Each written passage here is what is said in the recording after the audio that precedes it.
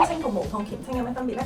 傳統嘅針清咧就用一個圈咁樣嘅擠壓皮膚，令到佢個黑頭喺個皮膚度彈出嚟。咁而針清咧，我又係用一個放大20倍嘅皮膚鏡，再加埋呢個咁精幼嘅鉗咧，就放喺個毛孔嗰度咧，而將個黑頭鉗出嚟，唔會有破壞性啦，唔會受損啦，唔會痛啦。而傳統嗰隻咧，好容易發炎啦，同埋好紅啦，做完起碼要恢復3日佢先退得晒啲紅。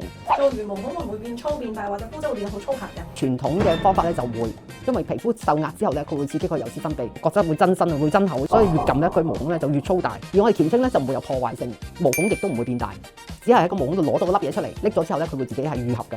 咁有冇修復期係咪可以即刻就出街嘅？係啊，因為冇破壞性，所以就唔會有修復呢個問題出現咯。通常建議幾多日做一次啊？其實要1個禮拜1次，盡量幫你將佢原先喺皮膚裏邊藏喺度嘅黑頭，盡量要清乾淨走。圓鉗同尖鉗係有咩分別啊？佢用圓形嘅方式去擠壓佢個黑頭出嚟，彈出嚟，唔會瞓得着覺。而鉗清咧，佢會令佢放鬆，因為佢冇痛苦。而我哋鉗咧係尖嘅，而掹嗰粒黑頭出嚟，唔會有傷害，就係咁啦。